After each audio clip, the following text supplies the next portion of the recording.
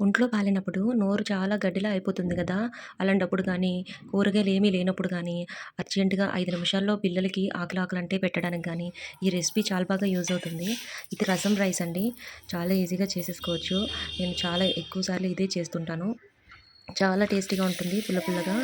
ఒక కప్పుతో రైస్ తీసుకున్నామనుకోండి, అరకప్పు కందిపప్పు, అరకప్పు పెసరపప్పు వేసుకోవచ్చు. లేదా ఉత్తి కందిపప్పుతో కూడా చేసుకోవచ్చు. సో, ఇలా బియ్యం కడుక్కొని పెట్టేసుకోవాలి పక్కన. నానబెట్టాల్సిన పని కూడా ఏమీ లేదు.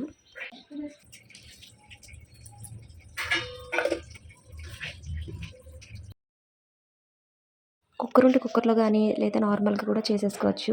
కుక్కర్‌లో నెయ్యుంటే నెయ్యేసుకోండి. నేనైతే ఆయిలేసుకున్నాను. తాలింపు గింజలు మామూలుగా ఎలా తాలింపు పెట్టుకుంటామో ఆవాలు, జీలకర్ర, ఎండుమిర్చి, కరివేపాకు, ఎల్లుల్లిపాయలు వేసుకొని రసం తాలింపుకి ఎలా వేసుకుంటామో అలా వేసేసుకోవటమే. ఇప్పుడు ఇందులోకి ఇంట్లో ఏ కూరగాయలుంటే అవి వేసేసుకోండి. నేను ఉల్లిపాయ, టమాటా, పచ్చిమిర్చి వేసుకున్నాను. ఇవి కూడా వేయించుకోవాలి. ఒక 5 మినిట్స్ ఇలా వేయించుకుంటే సరిపోతుంది. కొంచెం పచ్చివాసన పోయేదాకానే. మరి ఎక్కువ వేయించుకోవాల్సిన అవసరం లేదు. ఇంకా ఇంట్లో ఏమైనా కూరగాయలుంటే కూడా దీంట్లో వేసుకోవచ్చు. క్యారెట్టు, సొరకాయ అలా ఏమైనా ఉంటే కూడా వేసుకోవచ్చు. నా దగ్గరైతే ఏమీ లేవు. సో, నేనైతే ఇలా చేసుకుంటున్నాను. ఇలా ఇప్పుడు నానబెట్టుకున్న రైస్ ఉన్నాయి కదా! సో, అవి కూడా వేసేసుకొని ఒకసారి ఇలా ఒక 1 మినిట్, ఒక హాఫ్ మినిట్ వరకు ఇలా ఫ్రై చేసుకుంటే బావుంటుంది.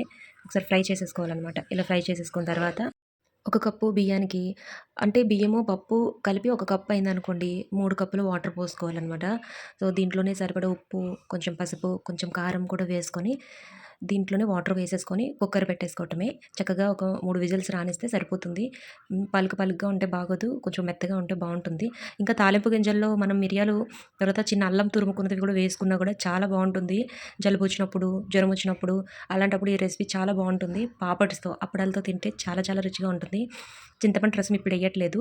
కుక్కర్ విజిల్ తీసేసినాక అప్పుడు చింతపండు రసం వేసుకుందాము. ఇప్పుడు ముందు కుక్కర్‌కి మూత పెట్టేసుకొని 3 విజిల్స్ రానిద్దాము.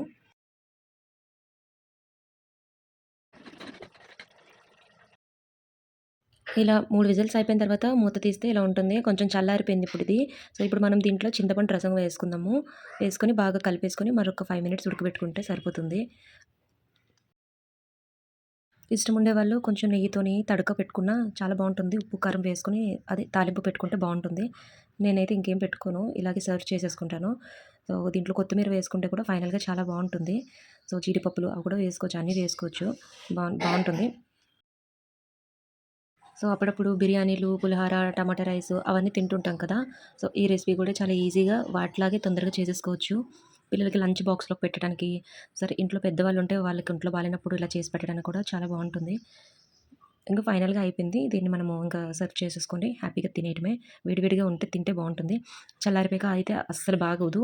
ఇది ఎప్పటికప్పుడు సరిపడా క్వాంటిటీలో వండుకొని తింటేనే బావుంటుంది. వీడియో నచ్చితే లైక్ చేసి మీ వాళ్ళతో కూడా షేర్ చేసుకొని ఛానల్‌ని సబ్స్క్రైబ్ చేసుకొని సపోర్ట్ ఇవ్వటం మాత్రం మర్చిపోకండి ఫ్రెండ్స్. Thank you.